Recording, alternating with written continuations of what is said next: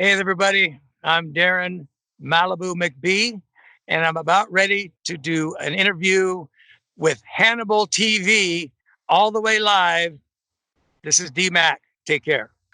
This is Hannibal here from the HannibalTV.com, and I'm with a man that's probably best known as Malibu from American Gladiators, but he's also been in Mortal Kombat, Annihilation. He's been in the Batman movies, Curb Your Enthusiasm, Walker, Texas Ranger. The list goes on and on. Married with Children. We might just scratch the surface a little bit in this interview today. Deron McBee, how are you doing today, sir, out in beautiful California?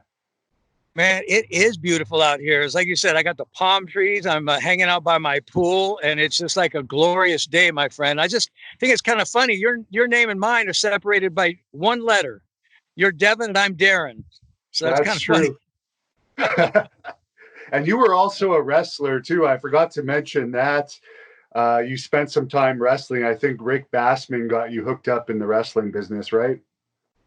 He did. Actually, Rick Bassman got my wife hooked up as well. They were going to put us over as kind of like a kind of a tag team where I was going to be her manager. And then for a little while, I actually went to Baton Rouge, Louisiana and wrestled for Grizzly Smith, which was Jake the Snake's father, in five-star wrestling. And I got the poop kicked out of me doing that. So it was a short-lived career for me wrestling wise. If it was now when it's very easy for celebrities to make the crossover, you would have been scooped up right away. But back then, there wasn't as much of an easy transition from celebrity to wrestling. Well, that's true. That's very, very true. Yeah. But it's funny because I was doing American Gladiators, and so I was kind of at my heyday right then, and uh, everybody knew who Malibu was at the time. So the transition was really pretty easy, and a lot of the wrestlers already knew who I was from the show, so they were really gracious to me. However, they let me know in no uncertain terms that the wrestling game is a tough game for tough guys. Well, it's too bad you never really got the WWE run, but at the same respect, you did very well as an actor because it seems like you had all the tools to be a superstar, massive guy, legitimate athlete, obviously, from your American Gladiators athletic displays. You had the look. The ladies loved you. You created a character with Malibu that a lot of people are probably just realizing now was an actual character. So you had all the tools. The stars just weren't aligned, I guess. Well, it's a couple of things happened because, yeah, you're right. My movie career really took off. I did about 22 national commercials when I was on fire. I was married to a gorgeous woman. We had two beautiful kids. And then tragedy struck. She had a massive heart attack at age 35. And instantly I was kind of in a conundrum. It was like, do you want to be, Mr. Superstar actor, wrestler guy, or do you want to be a father and take care of your girls? And I just couldn't stand the thought of my two precious daughters being raised by a nanny. So that's where the reason why I pulled back from everything. And I'm really glad I did. It was, it was tough, obviously, but I'm glad I stayed back and took care of my girls. Yeah, I actually saw an interview with one of your daughters beside you. I forget what it was. I think it may have been ESPN or it was some big TV company that did a follow up with you, and one of your daughters was with you, and she looks a lot like you. Yeah, so it was Kylie, and actually it was a Sports Illustrated kind of Where Are They Now kind of thing. And they came out to interview me and my daughter and my beautiful Great Dane, who's gone on to be with Doggy Heavens, is her little friends. But yeah, it was a really fun interview, and they actually showed the train wreck. You've probably seen it when I got creamed on the Human Cannibal platform on American Gladiators. So yeah, that was a lot of fun. Yeah, I was watching some of your American Gladiators stuff last night, and not just with you, but with other gladiators. You probably took the worst beating of anyone on the human cannonball, without a doubt.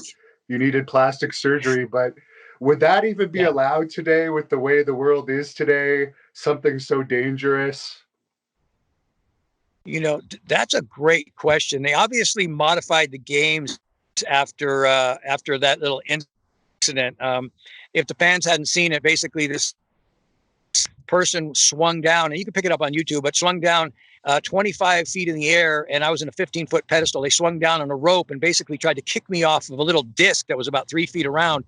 And this guy donkey kicked me so hard that when I hit the pads, I was fine, but my own knee came over and hit me in the head, and I gave myself a concussion and needed plastic surgery. And so, yeah, anymore these days, I don't think they would play with that because of liability and such. And it was up to the gladiators to protect themselves from the kick with the little martial arts pad.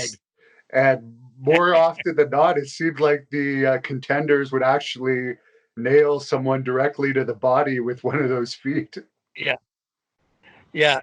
It's funny because, I mean, literally, if somebody just hit you with a stiff breeze going by at that speed, you'd fall off, because they said that if someone hits you straight on, it'd be the same thing as a full dress Harley Davidson hitting you going 5 miles an hour. So you can imagine the power and force of somebody kicking you. I literally, if you look at it and you watch it, I get lifted off my feet by 3 inches before I start going backwards. So it was a shot, man. It rung my bell really well. And at that time, American Gladiators was getting better ratings than wrestling, from what I understand. Was it a hard tryout process to become a gladiator? I know you were, I think, from the first crop of gladiators. Yeah, it was interesting. It's funny. It's a funny story. I was sitting on a life cycle spinning, and says he's looking at trade paper, and he says, "Hey, Darren, they've got tryouts for this show called American Gladiators, and you might be good for it." And so I said, "All right, why not?" I was just starting my acting career, and I didn't know anything about it. So I went down there. We had an obstacle course, which I smoked the obstacle course, and then you had to do a certain amount of sit-ups in a minute and pull-ups, and then the cool part was they took I guess we were auditioning, you'd call it. And they took us into a room, and they auditioned us, and they said, "Okay, so Darren, your name is going to be Domino, and you're a surfer." I go, "Excuse me?" They go, "Domino." I said, "Domino's a pizza delivery guy." I said, "Why don't you guys call me Malibu?" And they're like, "All right, cool." So I jumped up on a desk, I crossed my legs, and I'm like, "All right, dude, what's up? Talk to me. I'm your man." And I threw that whole surfer spiel, and they fell out laughing. So that's how I booked the job, just right then and there. Now, we all know about the groupies in the wrestling business. I can imagine American Gladiators probably had them too. Maybe not necessarily with you, but did you notice? I'm sure you had lots of ladies hitting on you, but how was that scene in American Gladiators? Was it like a rock star type scene? I'll just give you one story, and I swear it's true. A buddy of mine were walking home from this place called the Sagebrush Cantina, and it's a place where all the hot babes from the literal Malibu Beach would go, and they'd have a lot of bikers there. And he and I were walking home, and it was kind of a lone little two-way street, and this girl passes me in a truck, and she was this really smoking hot girl. And she stops and then looks over. She goes, "Oh, you're Malibu." And I go, "Yeah, hey, what's up?" And she goes, "I would do anything to sleep with you." And I started laughing. I said, "Really?" She goes, "I'd do anything." And I said, "Okay, well, get out of your truck, take your clothes off, and crawl across the street naked." And she started doing it. And I'm going, no, forget it, man. I was just kidding. And so I met her at a bar later. We had a couple of drinks. And the funny thing was that at that bar that night, I met my first wife. So it turned out to be quite an evening after all, but I will never forget that as long as I live. That's the power of fame. It's ridiculous. It's just silly, I mean, you were a wrestler, right? I mean, you kind of know what that's all about.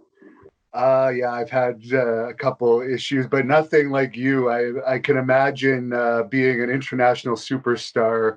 And with your look, I'm hardly the California surfer boy look with the pearly white teeth and the long flowing hair. You had the look of a romance novel guy. Did you ever do any romance novel stuff? Oh, you know what's so funny about that is of course Fabio was kind of doing his thing, and so there was always the parody when I'd be walking by. It's like, hey, look, it's Fabio, and um, so I never did it. I started off as a model, and I enjoyed modeling for about 2 minutes, and then I decided I don't like doing this anymore. And I always wanted to kind of be an action actor. I've got a background in martial arts and boxing, so I thought, you know what, I'll make the transition. And really, a funny story was all of a sudden when I booked the American Gladiator show, I also booked the Conan show at Universal Studios.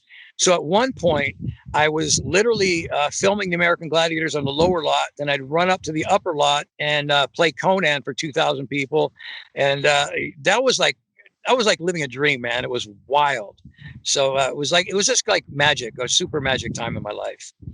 You had a few fan questions wanting to know if you ever dated Lace from American Gladiators. Lace and I actually became really good friends. At I remember at first when we met, we kind of had an eye for each other, but she was dating somebody. And then I got married. So after that, she and I just became good friends. But we always kind of had a little thing for each other. But I love that gal. She's really, really, really cool. But no, nothing ever happened. And was there ever a contender that kind of got under your skin and you wanted to like lay a beating on legitimate in the show?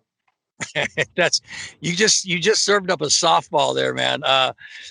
This kid named Billy Worth was on, and Billy Worth was one of the kids in a movie called The Lost Boys. You ever see that movie? The Yes. vampire movie with Kiefer Sutherland. He was the really long, dark-haired, really good-looking Italian kid. Well, basically, what happened was I had just gotten back from having plastic surgery on my head, and there was an event where we would wrestle in this ring, and basically the contender would try and grab the gladiator and throw him out. And I looked at Billy right before we started, and I said, Billy, I've got plastic surgery on my head. I got these stitches. I don't care what you do. Just don't hit me in the face, please. And the first thing he did was palm me right to my forehead and knocked me off my balance and out of the ring. So there was a next event was called the Powerball game. I don't know if you remember that, but guys Oh would be yeah. trying to dump the balls in the cylinders, and the gladiators would try and tackle them and stop them. But so me, Gemini, and Nitro got together, and when I told them what happened, they were saying, okay, they're like, so Darren, you hit Billy and drive him off camera. And once we get him out of camera range, we'll take care of him. So here was beautiful Billy with his long hair, his uniform looking good. I took him off camera. When he came back, his hair was like up in the air. His jersey ripped off his body. His nose was bleeding because when we got him off stage, we just beat the snot out of him. So, yeah, that was a very memorable moment. And I'm sure for him too. And you mentioned Nitro. I guess over the past several decades, some negative stuff has come out about Nitro. Did you get along well with him overall? Yeah, you know what? Nitro and we came on the show together, and we actually tried out all the new games and tested the new games together. So we actually hung out. I mean, I actually I went to his house and he introduced me to peanut butter and jelly oatmeal, if you can believe that. And so Wow. uh, I enjoyed that with him. We had some laughs. But yeah, he and I was fine. But Dan, he's a cocky guy. But he's a great guy, really great guy. I heard an interview with you saying that American Gladiators once had a show at Madison Square Garden, and I'd never Yes. heard that before. Was it normal for you to tour, and what was that like performing in MSG? Wow. You know what? That was an amazing, amazing time. I guess we had a promoter. He was a rock star promoter, and he had a gladiator tour, Gladiators Live, that started off in Maine and then hit the venues all the way across America. And one of the venues was Madison Square Garden. And man, I can't even begin to tell you, Devin, how amazing it was. I was down at the bottom of the floor, and you're looking at 20,000 people that are screaming and going crazy. Um, it was amazing. And it was just, I just sat there in awe. And we were all just looking at each other going, wow, this really brought home how popular that show was and how people really just adored the gladiators. It was amazing. It was just amazing. Now, when that show started in '89, I know that steroids are legal. I know you're a Christian now. You're very open about the Yeah. past. I think you even wrote a letter to some TV show once on the Yeah. subject of steroids. It was read on some popular show, but was that something that was prevalent in American Gladiators, or was what was the deal there? No, that's a good question. So it's funny you mentioned that, because before we started the tour, we had somebody who was a professional, um, one of those people that prep athletes to know how to answer questions for the news and such. And they said, when that question comes up, how are you going to deal with that?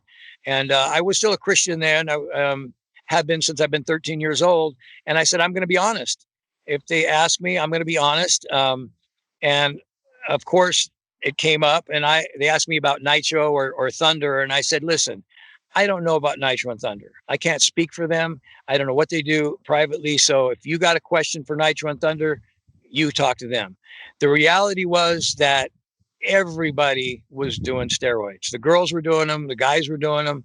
I was doing them. I was doing a very minimal amount. Basically, there was a certain type, as you probably know, a certain type of steroid that helps your body heal just quicker. And a lot of that was, I was taking that just so I could recover and go back and do the shows back to back to back. But I never took any of that stuff to get really, really big. So I don't know what the other guys did, but yeah, that's definitely something I did off and on for years. And I'm sure you probably don't want to encourage people to do them, but obviously we have some bodybuilders that watch this channel, and numerous people ask the question, what was your best cycle? But you don't have to answer that because I know you don't want to encourage it. But No, it's okay. I mean, I don't mind being honest. I think I'd stunt doubled Sting for a PlayStation commercial, and I was in the best shape of my life. Now, as you know, I mean, I'm not going to sidestep the question, but as you know, you don't just take steroids and look awesome. You got to eat perfect. You got to train like an animal, or the stuff's not going to work. What I was taking at the time was this stuff called Winstrol V. It was probably the best drug I ever took, and I mixed it with Decadurabolin, both injectables. And that combination just got me hard as a rock and ripped to shreds. And it was an easy, an easy cycle. I never had any liver enzymes that were up. I never had any side effects from them. And today everything is normal. So to me, I think it's like, Devin, it's like anything else. If you're responsible about things and you're in moderation, you're not being crazy. Like, some of these guys are taking so much stuff that, I worry about how they're going to be 10, 15 years down the road. But to me, I was always trying to be as responsible as I could when I took them. now, throughout your acting career, you've more than often than not had jobs where you have to show off your abs. Do you have any secrets to the six pack? Oh God, I can honestly tell you that this a lot of six pack just came as a gift from God. I just happen to have really genetically good abs, but the answer to this too. It's really just all diet at some point. It's staying away from carbs and staying away from sugar, and as long as you're correcting your diet, you're doing your cardio. I think that's the biggest key right there. Is it true that you were a Los Angeles sheriff's deputy at one point? That is true. 1983, I got on the sheriff's department, and I was on for about 8 years, and it was an amazing, amazing journey. Learned a lot. How is it in your part of LA? I don't know if you live right in the city or if you're out in the suburbs, but we've seen all the videos of all the riots and people getting pulled out of their cars and so forth. What are your thoughts on all of that? Oh man, it's heartbreaking. It's really heartbreaking. I think, boy, you served up another softball there, and that's kind of near and dear to my heart because I do ministry now, and I work with a lot of young people. And what I see is America's youth is lost. And the biggest problem is that, it's kind of like a fatherless generation. There's just nobody standing up to take care of these kids and teach them, what it is to be a man. And I know what that's like. I know what that's like because my father wasn't around, and I had to stumble through my life and try and figure that out until my late 20s when I had some really a good group of Christian guys that mentored me. But yeah, it's really crazy out here. And I've got a friend of mine named Dion. You might want to pull him on your show sometime. He's called the Angel of Los Angeles. He's a cop, works at Skid Row. Amazing guy. He was on the podcast with us, that Be Good podcast. Yes. Um, he is an amazing guy, man. And what he does, and it's interesting because what you hear on TV is everybody hates the cops suck, this and that. But down in the grassroots on the floor level, these people are so thankful for the LAPD presence, protecting them and watching over them. It's just a totally different narrative that you hear from when the streets and what the news is saying. And people just buy into everything that's being said in the news as if it's the gospel truth. And I'm here to tell you, man, it's not. They're just feeding stuff that works for their narrative to drive whatever the issue that they want to drive as compared to what's really going on in the streets. How has crime been throughout your life in LA? I mean, a lot of the time movies portray it as a very dangerous town. I've been there many times over the years for wrestling. I haven't had any issues, but again, I'm not going into all of the areas. But for you, I think you're a lifelong California resident. What's Yeah. your experience been? But the crimes and stuff. Yes. Um, I'll tell you what. I've lived in the San Fernando Valley, so I've been pretty blessed. But when I was the LA County Sheriff, we worked in Compton and Linwood, which were the black areas where the Crips and the Bloods were. And I actually was assigned to a group called OSS, which is Operation Safe Street, and that was a unit that dealt directly with the Crips gang. So I got a lot of intel. I got to know a lot of those guys, and what breaks my heart more than anything else when I start talking about these issues, and I mean this, is that you've got this group called Black Lives Matter right now, and yet nobody really cared about all the black on black crime that's going on and the stuff that's going on where nobody's going in to help these people and deal with these guys that don't have fathers and try and help these guys that know nothing but gang activity because that's their father figure. Those are the people they have to look up to that protect their back. So to me, I really wish somebody would take a stand, especially in our government, and go help where it needs to be helped the most. And I think that's in our black communities. And of course, as I mentioned, you've appeared on Walker, Texas Ranger, the famous show that was extremely popular in the 90s. How were those experiences like getting beat up by Chuck Norris in those fight scenes? You know what? It was really, really cool. Chuck, I met actually Chuck at a Christian crusade that I did because he's also a Christian. I met him backstage at this power team event that I was doing. And I just had the guts enough to go up and say, listen, I'm a big fan. And I gave him a picture and resume. And he was so cool that 3 weeks later, I was guest starring on Walker, Texas Ranger. And after that, he took me up to Spokane. I did a movie with him called The Cutter. In Walker, Texas Ranger, I actually fought, I guess his name is Trevette, the black guy that was assigned. Yeah. That guy was terrible. I mean, he hit me right in the mouth when we were doing a fight scene. It was like, dude, settle down. And Chuck, I'll tell a story that nobody knows. Just because it's you, man, I'll tell you, and this is a true story. Chuck and I were doing a fight scene in Spokane. It was just butt cold there. We were both wearing parkas, and he was supposed to get me in a headlock and do like a neck breaker thing on me. And he was usually a really, really gentle fighter. Well, he made this thing look violent, and he actually fractured a vertebrae in my neck. So the C4, I think when I finally had an MRI, they said C4 was partially obliterated, excuse me. So I've never told Chuck, I never told anybody this story, but those things happen, unfortunately. When you play, sometimes you play hard. I have done a few fight scenes in various movies, nothing as big as the stuff you've been in. But what I was kind of surprised at is it's very physical. Like it's more similar to pro wrestling than a lot of people think. Yep. Yeah. I mean, it's amazing, the bumps you take in pro wrestling and the bumps you got to take when you're throwing fights. And I think, the thing is, if a stuntman's fighting a stuntman, you're usually pretty safe. But imagine you're a pro wrestler and you're skilled in what you do. Then all of a sudden, a guy who's an MMA fighter comes in and is supposed to do a fight scene with you. Well, Yeah. that guy doesn't know what he's doing. He doesn't know about distancing. He doesn't know about pulling punches. I was in Russia, and a guy named Oleg Tuktarov. Yes. He Yeah. was there.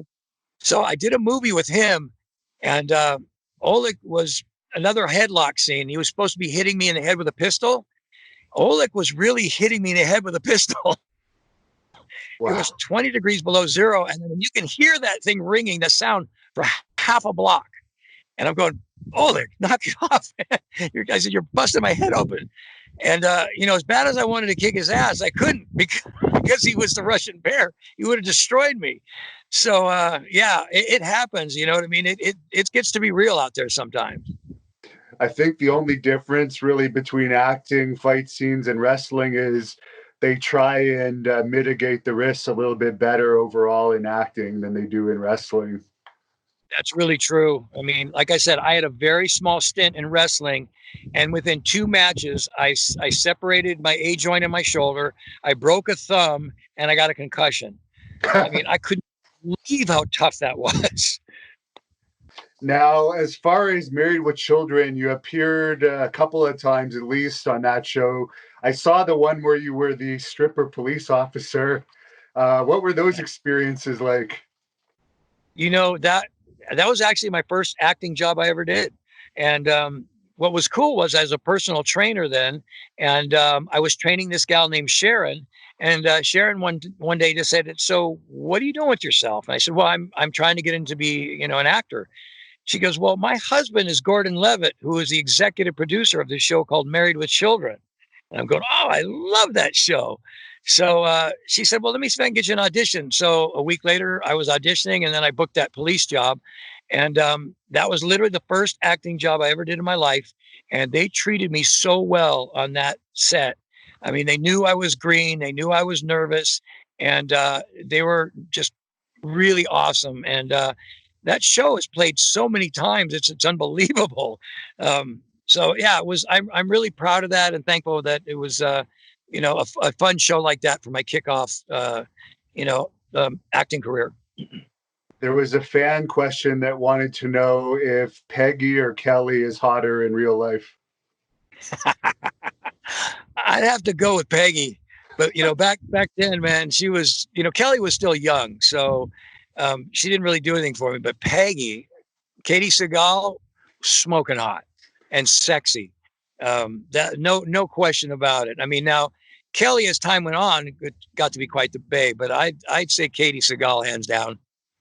My favorite character from that show was Jefferson. Did you run into him at all on the set? What's that? Jefferson, did you run into him at all on the set? The guy that. Oh yeah. No, I never did. Was Jefferson Ted McGinley, or is that the other Yeah, guy? I can't remember. it Yeah. was the Yeah. neighbor, the neighbor that was always getting Al into trouble. Yeah. No. Yeah. Okay. Yeah. No, I never met him, and I actually never got to meet Al either, Al Bundy. So it was kind of a bummer.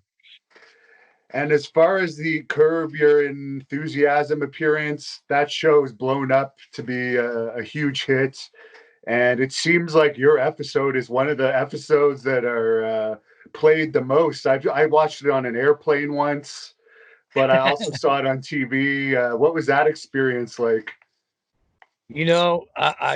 Another magic moment for me. One of the gifts I believe God's given me is I'm good at improv, and as a wrestler, that's a good gift to have. So they called me in an audition, and basically the character was supposed to get in an argument with the lead character, David. So, anyways, they wanted me to cuss him out. "Oh, you dirty mother, blah blah blah." And I'm thinking, okay, I've got 2 little girls at home, And if I was going to yell at somebody, what would you say when you don't want your daughter to hear you using the F word? You use other silly words. And I went off on a 45-second tangent of, I'll body slam you so hard you'll poop your bald pants. And, it was just ridiculous stuff that was coming out of my mouth. And it ended up winning an award for being like one of the #1 funniest episodes ever. So, and the cool thing, I remember one more thing that was really funny is 3 different times when I was going into my little spiel, Larry David broke. I mean, he started laughing, and I was laughing along with him. And then the first assistant director came up to me. He said, "Darren, you don't understand." I go, "What?" He goes, "Nobody has ever made him laugh on set. Nobody. Because you're the first person to ever make him laugh, and not only once, 3 times." So I know I did my job when that happened. One of the fans wanted to know, you mentioned, of course, that was off the cuff, but how much of the other scenes were off the cuff? The interesting thing about that show, and it's pretty much all improv. Basically, what they'll do is they say, "This is the storyline, okay? And from beginning to end, you want to start off here." Like, for instance, my scene. You're going to start off in a car. Your kids are playing cowboys and Indians with him. And then one of your kids says to you, "Dad, he's shooting a gun at us," and you just rip him, and, you get out of the car and tell him off. So they give you that scenario, and then you go, and it's all improv from there. So every episode is like that. And I think that's the brilliance of that show, is because the actors are all given an idea of what the scene is about, and then they just go. And so wherever the dialogue takes them is where they end up. Now, for your appearance in Mortal Kombat Annihilation, you played Matero.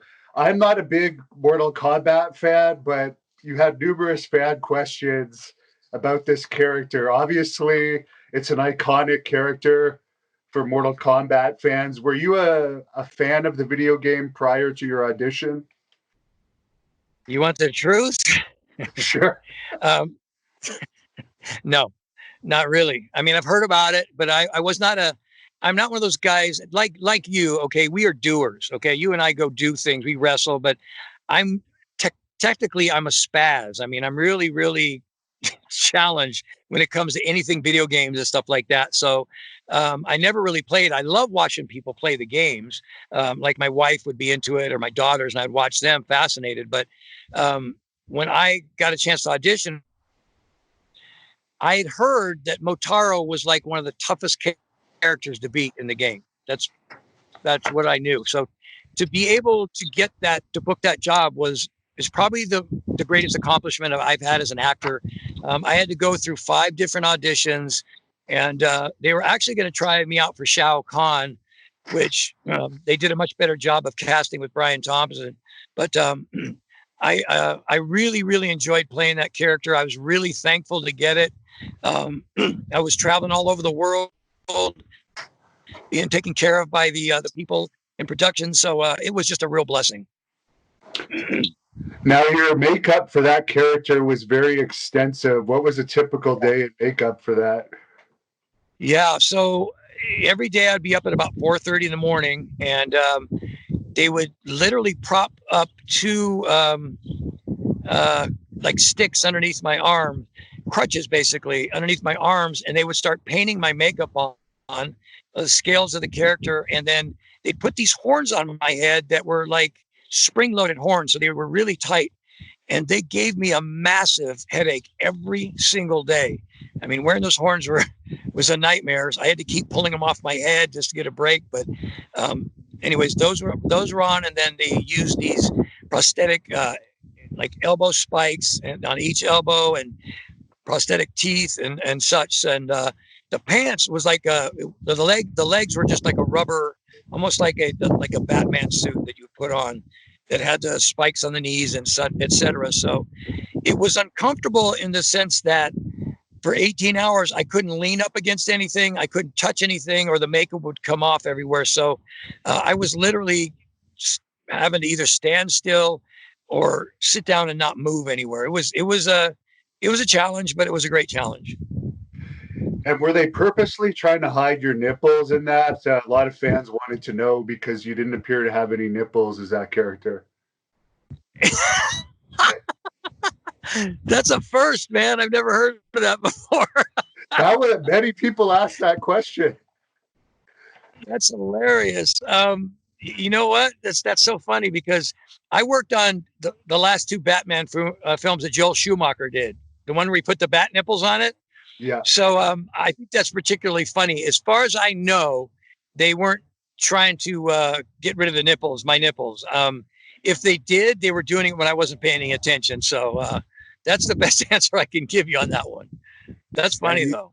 you had a famous line in the movie, "Too bad you will die." Did you expect that to be one of the iconic lines of the film?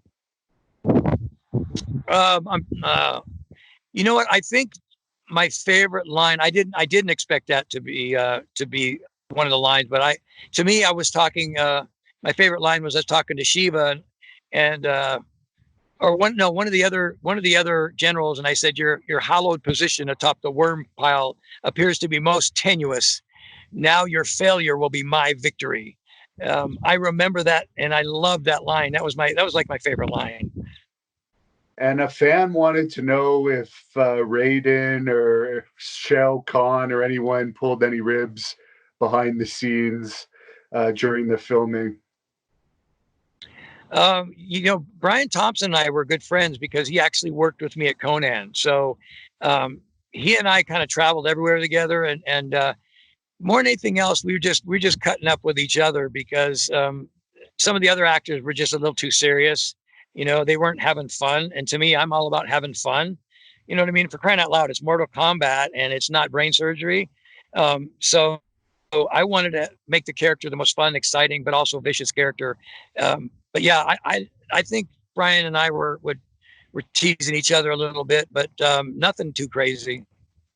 Would that have been one of your highest paying Hollywood jobs that you ever had? Yeah, definitely. Yeah, I mean, commercials. Believe it or not, commercials can pay a lot of money if you do a national or an international.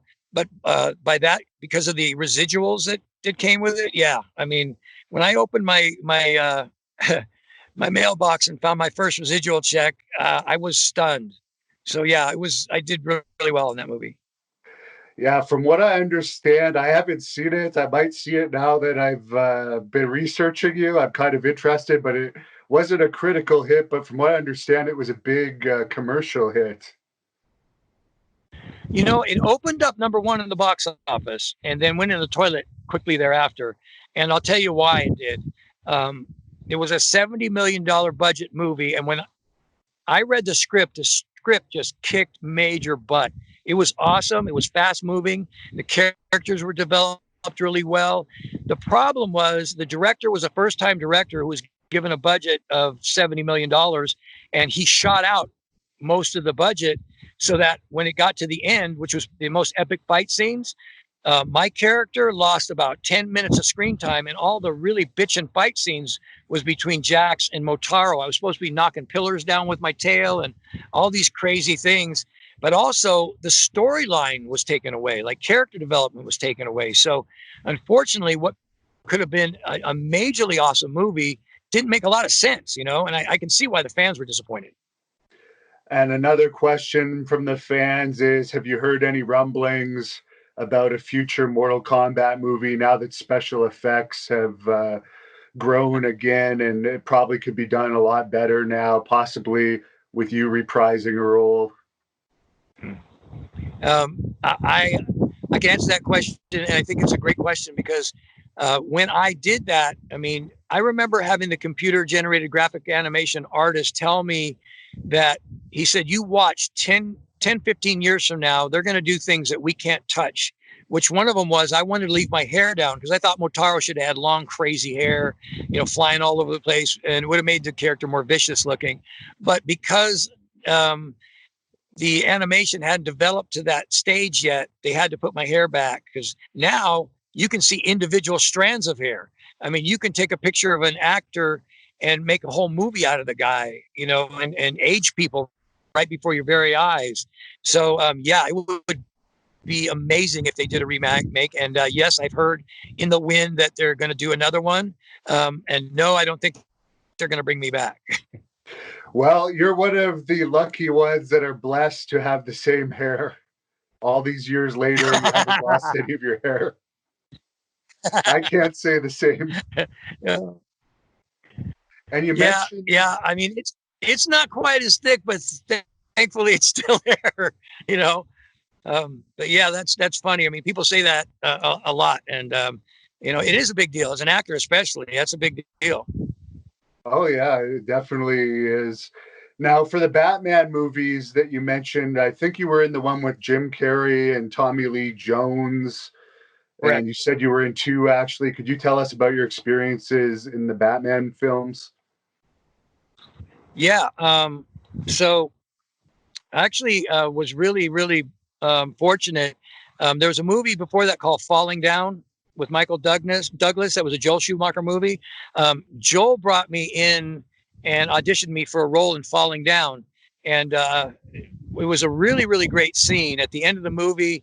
I think it was Robert Duvall was running down the beach, and what the scene was supposed to be, he was going to run into a commercial that was being filmed, and I was holding up a Suzuki car, and there were these four beautiful babes standing around me, and I had these lines like, "What are you doing, man? You're interrupting my scene," and blah blah blah. And he goes taking off, and of course that scene got ended up on the editing room floor. And so if you watch the movie, all you see is Mia at the end of a pier in a blazing pink Speedo standing there, and it was like embarrassing because I told everybody I'm in this movie. I got this great scene, and that was it. That's all I end up.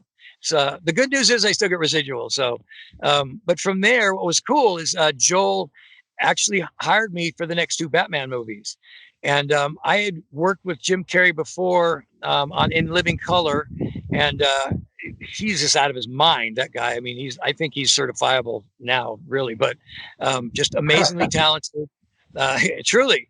And he's made of rubber. I mean, this guy's body can do the most weird things. He dislocates his joints, and very, very, very interesting guy. Um, Tommy Lee Jones was, I hate to say it, but he was really a drag. Um, very, very full of himself. Didn't want to talk to anybody. I was his main bodyguard in the movie for weeks. And I remember he was walking up to me talking to his agent, and my grandmother was a huge fan of his. And I stopped and I said, "Hey, listen, I've had a great time working with you, Mr. Jones." I said, "Would you mind um, giving me an autograph for my grandmother?" And he looked at me right in the eyes, looked me up and down, curled his lip and walked away, and just blew me off. And I thought, what a turd. You know what I mean? I mean, and that was him. So that was probably the only downer about the movie. But fighting Val Kilmer was a lot of fun. They gave me my own close-up scene. Joel gave me my own close-up scene in the beginning of the movie. So it was just a blast. Everybody I know, all my stuntman friends had a great time on that. Is there anyone else that you've worked with in Hollywood that has been a bit of a diva like that, as you're explaining about Jones? I'm sure there's lots, but anyone that Yeah. really stands out? You know what? What's funny is usually it's not the bigger name actors. Usually it's the wannabe actors. The guys that think they're something, but they're not, and they're not going anywhere. Those are the guys used to crack me up because they would, they get so method about stuff, and they would get all into their scenes and just be jerks afterwards because they were still in the moment, as they would say. And I'm like, dude, get out of here. I mean, it's like they take themselves way too seriously. So I think the reason why you find that in the business, honestly, Devin, is that um, acting attracts the most insecure people. And a lot of times people become actors because they want to be validated. They want people to give them accolades to make them feel good about themselves, sadly. But that's the reality of it. I mean, of course, there's a lot of actors that aren't, but I would say a great number of the actors are very insecure. And that's why you get these people with attitudes. And you mentioned In Living Color. I remember that show. What were you doing as part of that show? Yeah, so Jim Carrey played a character I think it was called Vera Cosa. She was like a barbarian queen. I mean, it was hilarious. I mean, so ugly. You can imagine Jim Carrey playing a woman. He had pigtails and this little strip of leather that covered his nipples. and, and so I was one of the barbarians that would fight against him. And then I did another skit where he played Rocky Balboa, and I was his corner man in that. And he was hilarious in both of those things. So I had two really great experiences both times working there. Wasn't J-Lo also on that show? Yep, she was one of the Fly Girls, one of the original Fly Girls. Yeah, she was So one of the, they had the dancers, and yeah, she was one of the first ones. So you would have seen her in her prime years as a physique-wise and look-wise. Wow. Yeah, she was amazing. Yeah, she was, and also, oh shoot, I can't think of the other one. There was another one that's really famous. That she was one of the panel judges on Idol, American Idol. What was her name? Paula Abdul. She was awesome. Yeah. Paula She's Abdul. underrated too as a singer. She was pretty good. Yeah, absolutely. Yeah. So a couple of girls had a good launch from that show. Now, I was surprised about this. I actually watched the video online, but there's a huge cult following for your Dragon Strike video. Oh my gosh. Which is like a VHS for a board game. And like, there's people that are obsessed with this. I searched it. There was one guy that said he's 40 now and he's watched it once a month since he was 10. Are you serious? Yeah. So you play a warrior in this. I actually watched it last night to see what all the hype was about it. It is pretty cool. You might want to smoke something if you're out there watching that before. But what was your experience like filming that? And are you surprised people are still talking about it? Yeah, I mean, it's the first I heard somebody watching that much, but I knew the board game was popular. What was so cool about that is it's hard to tell, but the fight scenes that we had were actually really, really good fight scenes, because all the guys that I worked with at Universal Studios doing the Conan show, almost every one of them was in that video. So it was a really cool job that I booked, because I was in my honeymoon in Maui, and one of the guys called me up and said, "Do you want to be in this Dragon Strike thing, or audition for this Dragon Strike thing?" I said, "Heck yeah." So I left my honeymoon and went down there and auditioned. I booked this job, and I worked with all the guys I knew really well. The set was just probably one of the most magical, fun sets ever. And we actually did a follow-up to that called Wild Space, and they updated everybody's outfits, and the outfits were like really bitching. And we had a TV series that was going to go. And you can imagine back then, I mean, the CGI compared to now stunk, but the concept was really cool. It was like live action in a cartoon. Yeah. So anyways, we were going to get this show going, and we getting excited, but the people that owned the merchandising and the people that had the rights to the television were arguing back and forth. So the thing went down the toilet, all because of greed. How long did it take to film that, the original one? I'm going to say about a month. Because it was interesting, because everything was shot. Nothing was like a practical in the set. Everything was like, painted blue. And we had to say, oh, that's a chair. That's a ship, and so we had to really use our imaginations when we were flying around, so that at the end of the day, what we saw was really cool, because that was kind of like state of the art for back then. So yeah, it was really, really fun. You were fighting animated characters at certain points in that too, which has to be a bit of a challenge, I guess. Yeah, oh, absolutely. I was fighting air. It was one scene where this character is throwing fireballs at me, and I'm like swatting them out with like baseballs with my sword. And that's a weird thing in your mind, because you've got to imagine things coming at you and you're swinging at nothing. But when they animated the fire and the flames hitting my sword, it turned out to be pretty cool. Now, you were on Baywatch Nights, which I remember watching back when it aired, and it was actually my grandmother's favorite show. Really? At the time. It seemed to be gaining steam, but unfortunately was canceled. But any memories of that and working with David Hasselhoff? He's just a real gentleman. He and I have kind of been buddies ever since then, because Alex Daniels is his main stunt guy, and Alex is a friend of mine. We worked on Batman. He was in the Conan show. So through Alex, I kind of got to know David, and David's been nothing but a gentleman to me. We had fun. Of course, he beat me up on the show, but or what I can remember, he did. And I think he threw me over a pool table. I don't know. But yeah, we had a good time, and we've always been friendly every time I've ran across him, wherever. What's he doing these days? I haven't heard much What's from that? What's David Hasselhoff doing these days? Is he still filming stuff, or is he scaled back? Yeah, as far as I know, he's not doing a whole bunch. He kind of got quiet. I know he's having a bit of an issue fighting alcohol problems, and so I know that was an issue. I think he overcame that, but that was kind of a problem for him for a bit, which is a lot of people in that industry, unfortunately. Yeah, a lot of people in any entertainment industry, unfortunately. Yep, absolutely, absolutely. Now now I'm at the fan question. I mentioned this earlier, but I guess it was Joe Bob Briggs's Monster Vision that you had written the letter to. Where are you finding And this stuff? your fans wanted to know about this, and apparently you mentioned Roddy Piper in this, that he had used steroids or something for They Live. Were you in They Live? No, no.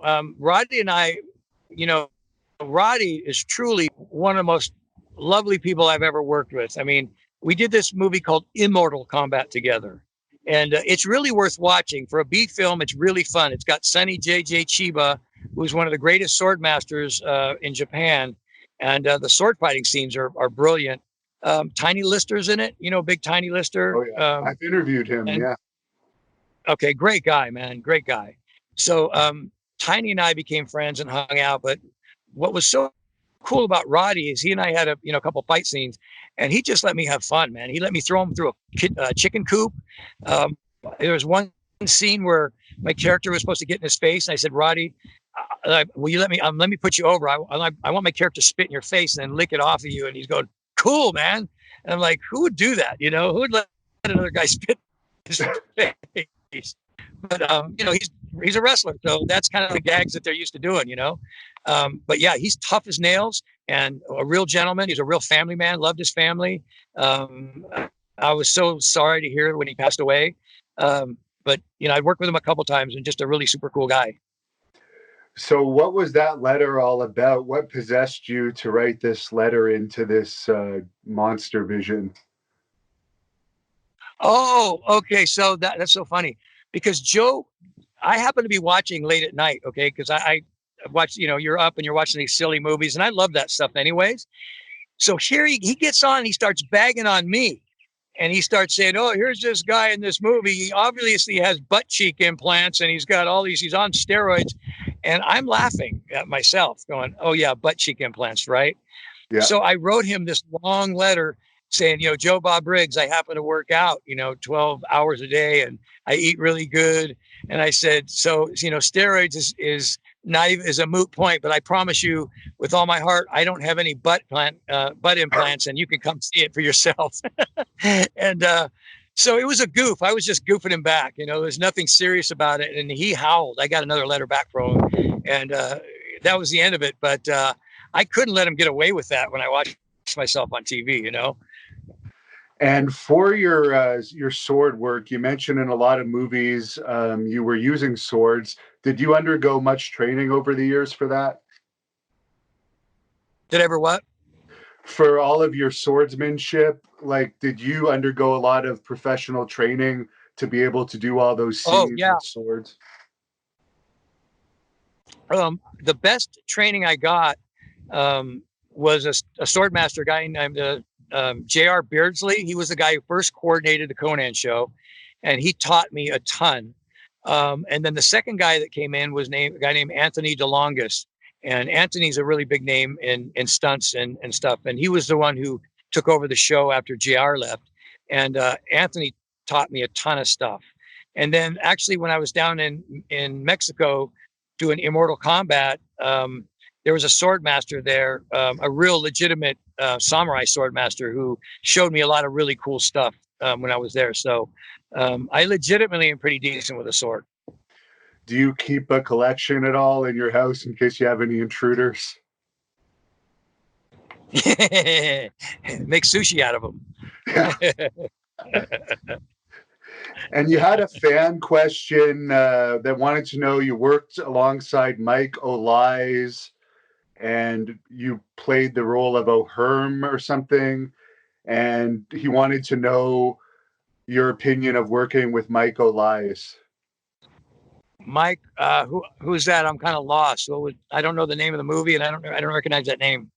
Okay. It's a fan question, so I won't go into it, but you had another fan question who said he was a huge fan of the movie The Killing Zone and wanted Oh, to know yeah. if you have any stories about The Killing Zone. Oh, yeah. You know what? That was my first movie I ever did, and my first, I guess, starring role in a B film, and it was a blast. The guy made me look like a superhero in that movie, and I was in really great shape for that. I had so much fun. I actually met my very first real love of my life, who was my co-star, which is so cliche, Devin, but that's what happened. I fell in love with her the second night I met her, and so we stayed together for another year and a half after that. Um, but we still are friends to this day. So I think that was a cool story. And the other story was one day I was on the set and I was doing a fight scene and I ripped the butt right out of the back of my pants. And so unfortunately, they didn't have a stunt pair of pants for me. So I had to borrow somebody else's pants. And they were like floods, man. They're like 6 inches way too short. So they tried to shoot me from, the calf up. So those are probably the two funniest stories I could think of on the set.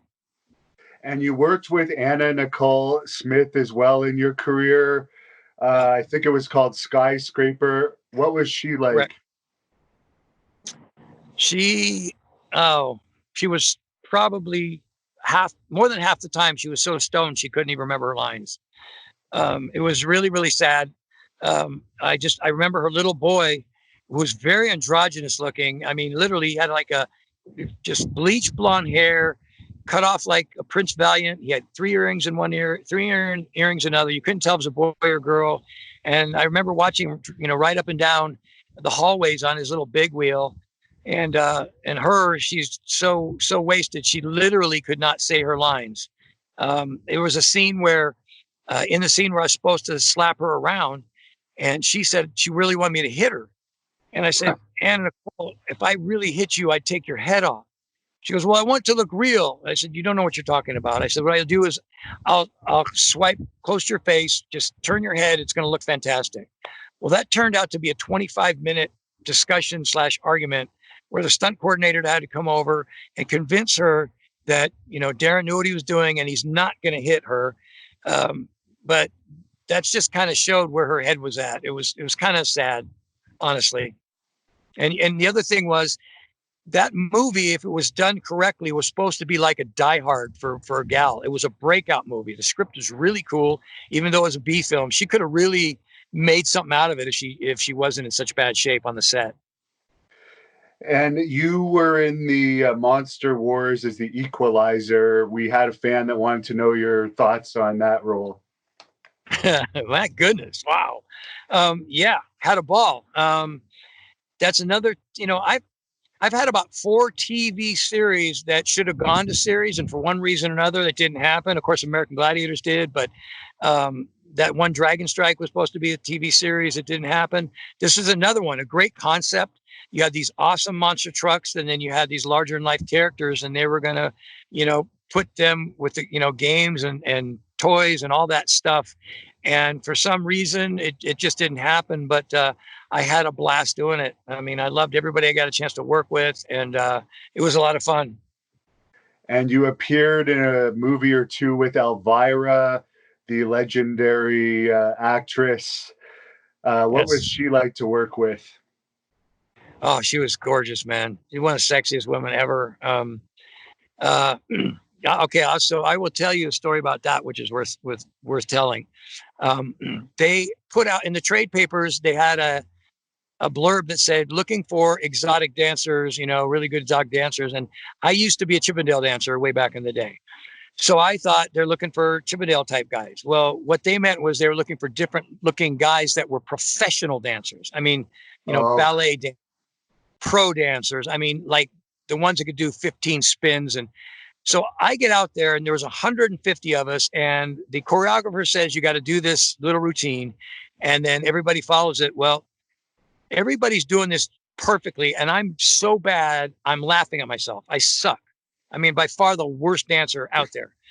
And so they whittle down by 25 people and I'm still there. And I'm going, surely at 6'4", they have to have seen me. Maybe they didn't. So she do another routine, make it a little more difficult. I'm worse than before, laughing so hard I'm crying. And they cut it down to 20 people. And I'm going, how in the heck am I standing here still? Got down to 5 people and they finally bring me up to the front. And I said, why? And they're laughing, saying, you know what? You were having so much fun. Of course you sucked, but you were having so much fun. We have to put you in this movie. And that's how I booked that job. Just laughing. Yeah. So that was a fun story. I mean, it pays to not take yourself seriously, Devin. You know what I mean? yeah. Too many people take themselves seriously, and I'm not that guy. I've learned to laugh at myself, and it's fun doing it. You also appeared in the Roswell TV series. Any thoughts on that? It became a big hit. I just remember the crew being really, really nice. I don't remember a lot about the role. I thought it was a neat show. Personally, I thought the concept was good. But I don't honestly, I can't remember a lot about it. It was a quick in and out. Now, on that subject, we do cover the UFO subject on this channel as well. We've seen the Pentagon recently release some videos of unidentified aircraft and basically saying they don't know what they are. What are your thoughts on that whole subject? I think that's a really fascinating subject. I think there's something out there, but I don't think it's what people believe it is. Being a Christian, and it's probably going to get a lot of people throwing tomatoes at me, but I believe there's a lot of demonic deception out there. I believe that, in the end times, the Bible says people are going to be deceived, and there's a lot of deception. So the Bible says that Satan is the prince of the power of the air. And so to me, if anybody can bend light and make weird things look like they're happening, I believe it's him. But if you want to get onto astrophysiology and you want to get into quantum mechanics, it's been proven that it's literally impossible for any craft going the speed of light to maintain any sort of life at all, because it would implode on itself. Because when time stops, mass shrinks. And so it's been proven beyond shadow of a doubt that nothing could go the speed of light. So that's why I do not believe personally that UFOs exist. However, I do believe people have honestly believe they've been, taken away or examined or whatever. I don't doubt that, but I think it's demonic activity. And you're not the first person that I've heard talk about that type of stuff as well. There was a few fans that had this question back when the Ultimate Warrior was big and he wore makeup. You had similar hair, similar build. Did people ever confuse you for the Ultimate Warrior when you were walking around? No, it's funny. They used to think I was Kevin Nash, and I laughed because he's about a foot taller than me. But I look more like him. Ultimate Warrior was my favorite wrestler, man. I mean, that was one of the reasons why I got in American Gladiators. When I saw him do his shtick, I go, man, I want to be like that guy. So, I mean, that's the honest truth. I got to meet him once backstage at a wrestling event when he wrestled Randy Macho Man Savage. And it was kind of like a highlight of my life and fun. But I don't think I've ever been mistaken for him. It was usually Kevin Nash. But I have stunt doubled Triple H in a WrestleMania commercial. I did a horse fall for him. The very first commercial I ever did, I was stunt doubling Hulk Hogan, if you can believe that. I look nothing like Hulk Hogan. It was a driving commercial.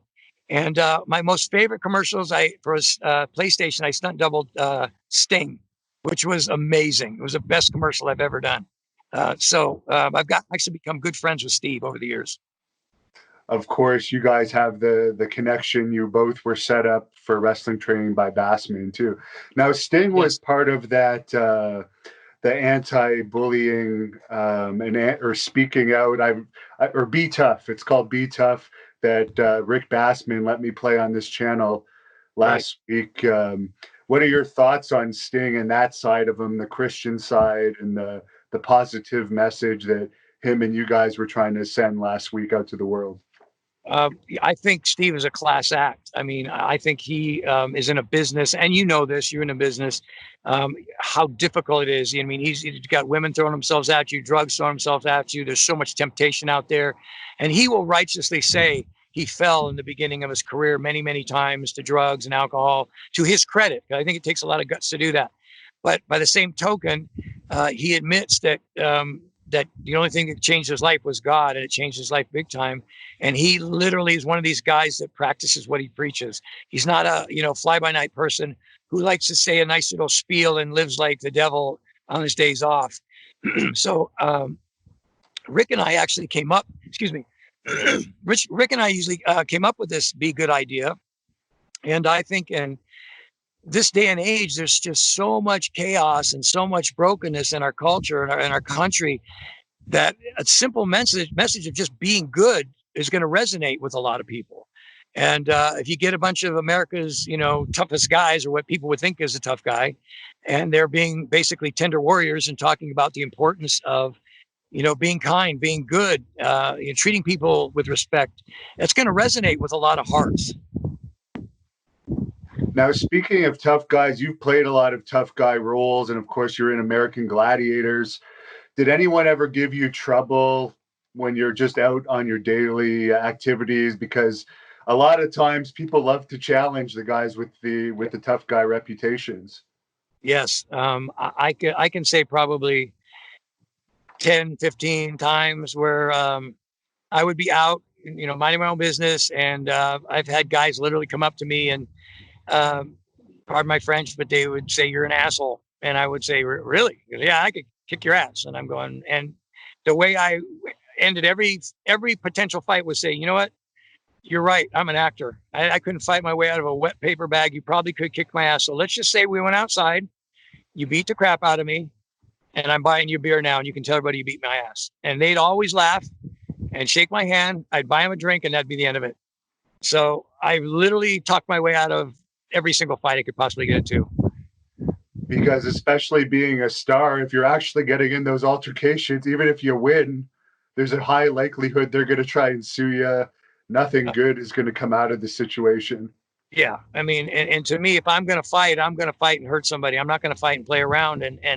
Um, and I'm not going to wait to take the first shot. I'm going to take the first swing and I'm going to knock them out, and I'll fight dirty. But to me, because I am a Christian, I have these values.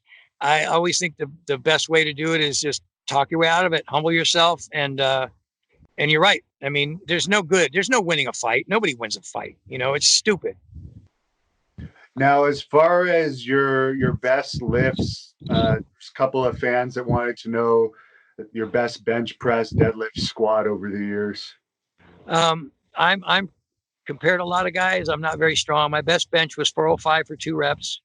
I used to be able to squat like 315 for like 10, 15 reps. I never did a real heavy squat because I was too afraid to blow my knees or my back out.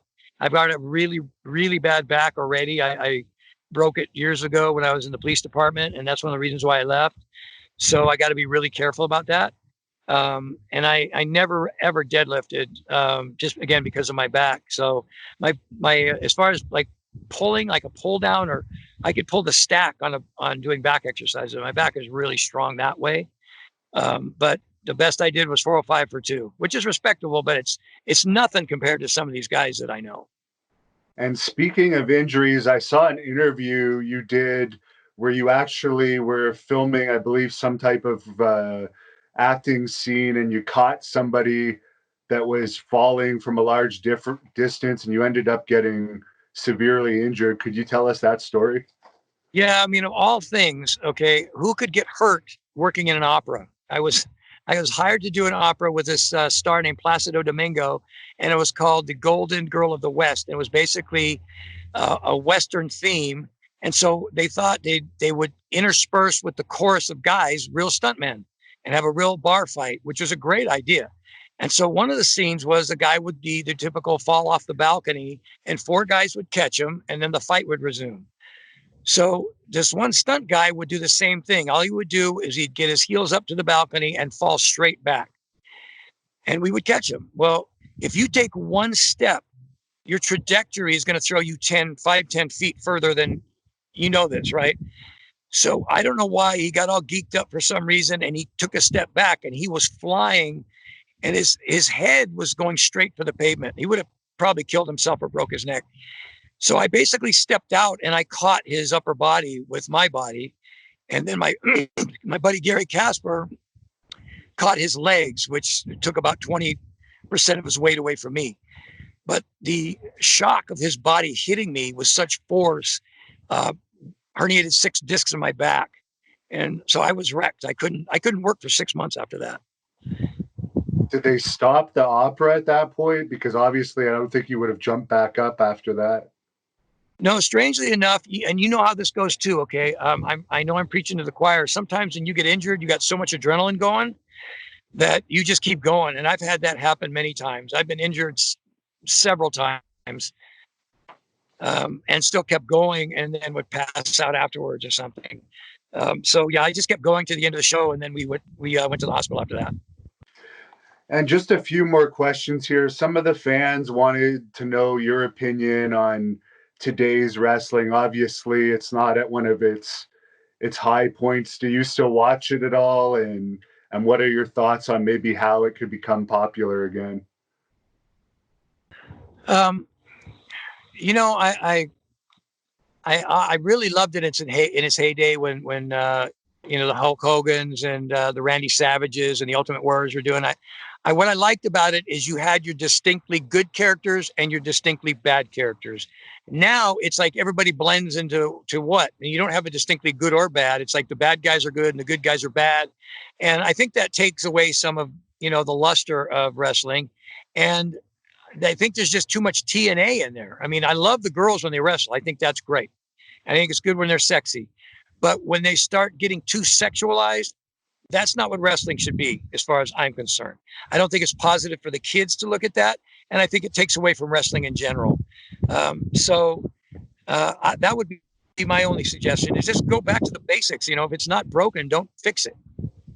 Now, as someone that had a kayfabe character, the Malibu character, now we see WWE themselves, they're constantly admitting that it's a performance and the matches are planned, and wrestlers don't kayfabe at all on social media. Do you think there should be more protection, or do you think it should just go the way of acting, where they just present it as pure acting and it's filmed in scenes now, even in some cases? Yeah, I think it's a great question. Like I said, I like it in its purest form when those guys were those characters, and that you had that mystique of, you know, is he really like that? Does he really believe that stuff? It's a suspension of disbelief, it's called, where you look at these guys and you can't, kids love to pretend they're those guys. You know, they want to pretend they're Superman, even though there's not a Superman. So I think that when you stick to wrestling as purist and let the guys be who they're pretending to be and live their personas, that's more fun to me. I just think it's more fun. Now, when Rick Bassman had UPW as a development territory, I seem to recall seeing some documentaries where you came in as a promo coach. So I'm guessing you would have worked with some big stars over the years in wrestling, such as John Cena that was developed there, and others. Any memories of Cena or any of the guys that came up through UPW? Yeah, I distinctly remember John Cena. I had a class there where I was teaching guys how to get on the stick and cut promos. And John walked in one of my classes, and I seen him. He used to wrestle under the name Prototype. And he had like a flat top and, you know, fantastic physique. Anyways, I said, so, you know, show me what you got. And John just went into this spiel for about 30 seconds. And I said, John, go home, man. You could teach me. There's nothing I can show you. I mean, this guy was so talented and so gifted. I knew right then and there the guy's going to be a star. I could just tell. He was really, really talented. As far as promo advice as a successful actor for the professional wrestlers out there, and general advice for the wrestlers watching, what would you give? You know what? Don't be afraid to screw up. Don't be afraid to make mistakes and laugh at yourself. For crying out loud, don't take yourself seriously, because this isn't a serious business. I mean, it is to a certain degree, but when you relax and you have fun, everybody watching you has fun. That's one thing I know for a fact. Even if you're playing a serious character, if the intent behind it is you're enjoying what you're doing, they're going to dig it. And if they dig it, then you put yourself over. That's my greatest advice to anybody. Don't take yourself seriously and have fun. And for any actors watching this, do you have any advice as far as, well, two things I've had difficulty with are memorizing lines and also nerves for auditions. For instance, like sometimes you're driving 4 hours for an audition and the pressure's pretty high. You don't want to screw it up. So I'll tell you a story about me. I was so crappy auditioning that I went and auditioned. I don't even remember what it was, but when these casting directors are seeing 40, 50 people a day, all they have time to do is throw your picture in a round file and say next. But if you have a casting director that goes out of their way to call your agent and say, this guy sucks, don't ever have him come back again, you know you were terrible. And that was me. And I remember my manager pulling me aside. He goes, Darren, you might be in the wrong business. And I said, listen, man, let me get over the stage fright. I said, I promise you. I said, once I get through this, I'm going to kill it. And he goes, well, all right, we'll give you another chance. And it took me a good 6 months because I had terrible stage fright. But you know what? You just don't quit. You power through it. You do well. I'm like you. I was terrible memorizing lines. So what I found was you get the gist of the idea of what it's about. And you remember the key things. And then you just let it rip from there. And the people that are watching you are going to see what you can do. And they're going to know at some point you'll memorize those lines. So that's what I always did. And that's what started booking me jobs right and left. But yeah, it took me a while. Took me a while to get over the stage fright, for sure. Now, as far as the work you're doing now, you've mentioned several times in this, you're a Christian, you do a lot of positive work. You take care of, I guess, some, I don't know if they're called halfway houses, but people that are getting over addictions, I guess. You help manage houses like that. Could you explain that to us, what you're doing now? Yeah, so I'm doing a couple of things. I'm actually getting back into the business again, but my life has taken a turn to where I'm doing a lot of drug and alcohol counseling. I actually have a podcast called The Issues of Life, where we talk to people about drug and alcohol addiction, and it's directly from a spiritual perspective. And I've got some of the most amazing doctors and therapists and counselors that come on my show and talk about different addictions and how they affect the brain and things like that. And what I'm doing now is I have a house where there's 8 guys, and it's called a sober living house. And each one of these guys is at this point clean and sober, and they will stay here for a period of time. We have AA meetings here. I encourage them to work on their spiritual lives, although I don't cram my faith on anybody's throat because that's not my place. And I just encourage people to, become a better version of themselves and beat this addiction. And man, Devin, it's one of the worst, most pervasive, ugly diseases, insidious diseases I've ever seen, because, a good 80% of these people, when they come through here, they leave and they're back drinking or doing drugs again. So it's something, the guys really have to work on. And even myself, I mean, I fell into an addiction. I shouldn't say I fell into addiction. I got into an addiction from one too many injuries and one too many losses in my life to painkillers. And for 2 years of my life, I was just lost. So I know what it's like for these guys. I know what it's like to come out of that. I know the hell of being addicted and the hell of recovery. But I really believe that, my place in this world is to help people and to, put love in their lives and encourage them. And that's what I believe I'm here for and what God put me on this earth for. Well, thank you very much for doing that work, because I understand the demon side of it. I actually understand why people say sometimes somebody has demons and it actually takes over the sane way of thinking, and people can just let that take over their lives. So I'm glad that you're helping these people. Yeah, it you know what, Devin, it's really true. I mean, it literally it hijacks their brains. That's all I can say. It's like you it just takes your brain over, and you're somebody else, and it's tough finding your way back. And that's my place. I want to help every guy I can find their way back. So if people want to find your podcast, maybe it can help them, or if they want to Yep. follow you on social media to keep up with all the work that you're doing, where can they do that? Yeah, so they can get a hold of me anytime on Facebook. It's just Deron, Deron McBee, McB as in boy, EE. My podcast is called The Issues of Life. And if you want to go to Deron Malibu McBee on Facebook, you'll have a list of all my podcasts and episodes that I've done. If you have anybody that you know is addicted, or you got a problem yourself, or just going through depression, I'm a licensed counselor, and I'm here to help anybody that needs help, or friend you, or somebody that if you just want to talk. So please get a hold of me anytime. One thing that's baffled my mind here in Canada is where I live now, the gyms are still closed, but at no Mm. point during the lockdown have alcohol stores been closed. And now bars are back open, but the gyms are so closed.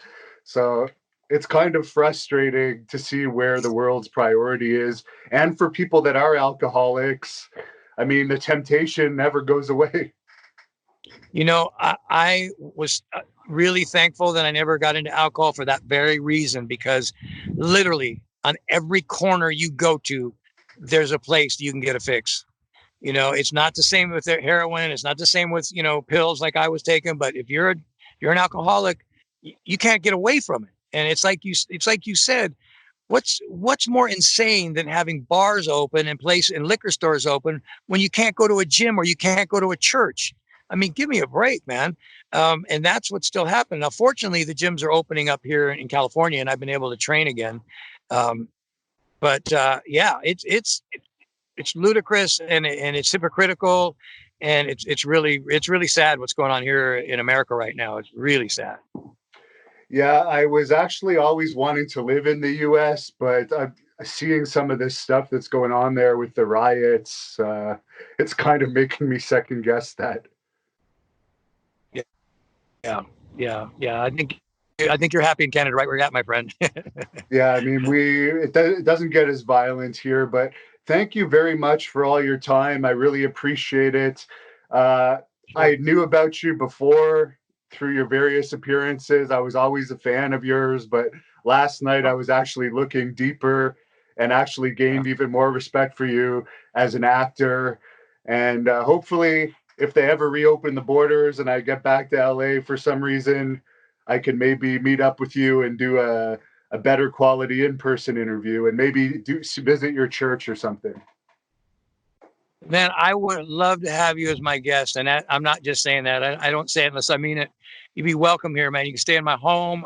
There's a studio right real close by. We could go a podcast there, or just hang out, train together. It'd be awesome, man. It'd be my pleasure. Excellent. Well, thanks a lot for all of your time. And if you want to close this off with any messages, my dog is peeking her head up to say hi to you. Is there any message you want to say to close this off? Why is it always the big guys have little dogs? I say it laughing. I just lost my precious Great Dane, all 135 pounds of her, and she thought she was a lap dog. So I just want to say that, you know what, there's a lot of tough times out there, man, and people are hurting, and there's friends like Devin and me that are here for you, and we care about you. I know Devin does, or he wouldn't do what he's doing. I know your following is fantastic, so you got a good thing going there, brother, and I'm really proud of you. And any way I can help, or in the future, please don't hesitate to ask. I mean, you're a friend, and now you're a brother, so I'm here for you, man. Thank you for watching the Hannibal TV. Please like this video if you enjoyed it and click the subscribe button to not miss any of our latest shoot interviews, match videos, or news updates. Support us on patreon.com for $1.99 a month to watch our full shoot interviews ad-free and help our channel grow.